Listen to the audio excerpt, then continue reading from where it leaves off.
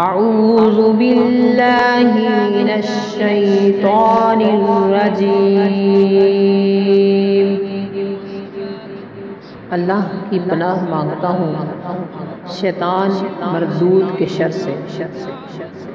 بسم اللہ الرحمن الرحیم۔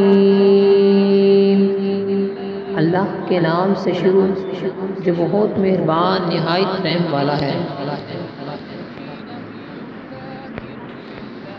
سورۃ البقرہ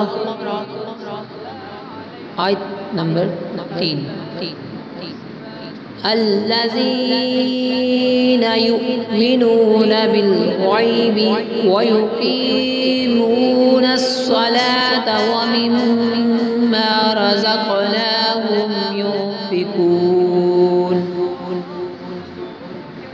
ترجمہ: وہ جو بے دیکھے ایمان لائے اور نماز قائم رکھیں اور ہماری دی ہوئی روزی میں سے ہماری راہ میں اٹھائیں۔ تفسیر: الذین یؤمنون بالغیب،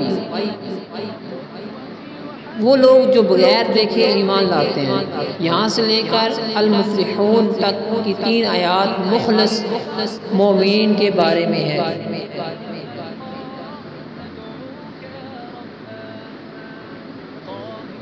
یعنی وہ ان تمام چیزوں پر ایمان لاتے ہیں جو ان کی نگاہوں سے پوشیدہ ہیں، اور نبی کریم صلی اللہ تعالی علیہ وآلہ وسلم نے ان کے بارے میں خبر دی ہے، جیسے مرنے کے بعد دوبارہ زندہ کیا جانا، قیامت کا قائم ہونا، اعمال کا حساب ہونا اور جنت و جہنم وغیرہ۔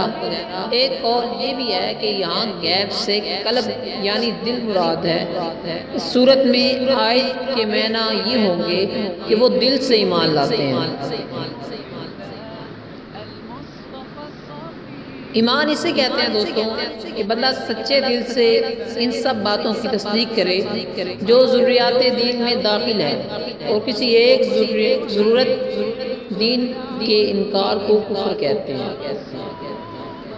عمل ایمان میں داخل نہیں ہوتے، اسی لیے اس قرآن پاک میں ایمان کے ساتھ عمل کا جداگانہ ذکر کیا جاتا ہے، جیسے اس آیت میں بھی ایمان کے بعد نماز و صدقہ کا ذکر علیحدہ طور پر کیا گیا ہے۔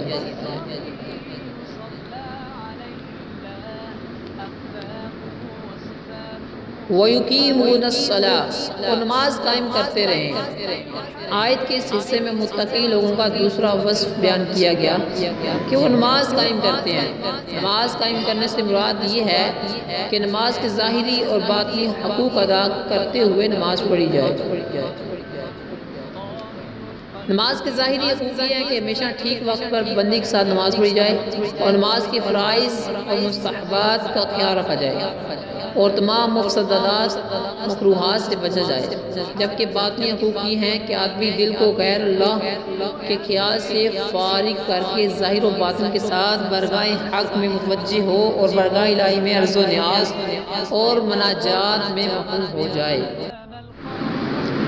وَمِمَّا رَزَقْنَاهُمْ يُنْفِقُونَ۔ اللہ تعالیٰ قرآن پاک میں ارشاد فرماتا ہے اور ہمارے دیے ہوئے رزق میں سے کچھ ہماری راہ میں خرچ کرتے ہیں۔ آیت کے اس حصے میں متقی لوگوں کا تیسرا وصف بیان کیا گیا کہ وہ اللہ تعالیٰ کے دیے ہوئے رزق میں کچھ اللہ تعالیٰ کی راہ میں خرچ کرتے ہیں۔ راہ خدا میں خرچ کرنے سے یہ زکوٰۃ مراد ہے، جیسے کئی جگہوں پر نماز کے ساتھ زکوٰۃ ہی کا تذکرہ ہے۔ یہاں اس سے مراد تمام قسم کے صدقات ہیں، جیسے غریبوں، مسکینوں اور یتیموں کو دینا ہے، جو اس سال ثواب کے لیے ان پر خرچ کیا جاتا ہے۔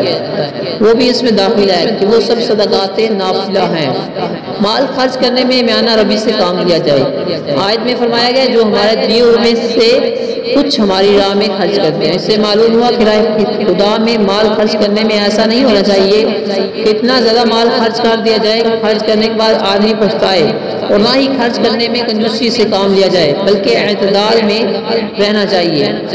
اس چیز کی تعلیم دیتے ہوئے ایک اور مقام پر اللہ تعالیٰ ارشاد فرماتا ہے وَلَا تَجْعَلْ يَدَكَ مَغْلُولَةً إِلَىٰ عُنُقِكَ وَلَا تَبْسُطْهَا كُلَّ الْبَسْطِ فَتَقْعُدَ مَلُومًا مَحْسُورًا، اور اپنا ہاتھ اپنی گردن سے باندھا ہوا نہ رکھو اور نہ پورا کھول دو کہ پھر ملامت میں حسرت میں بیٹھے رہ جاؤ۔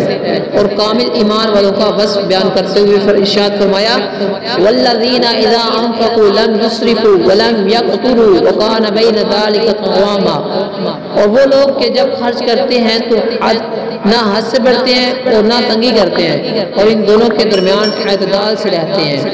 دوستوں، امید ہے کہ آج کا ٹاپک آپ کو پسند آیا ہوگا۔ ملیں گے انشاءاللہ نیکسٹ ویڈیو میں، تب تک کے لیے اللہ حافظ۔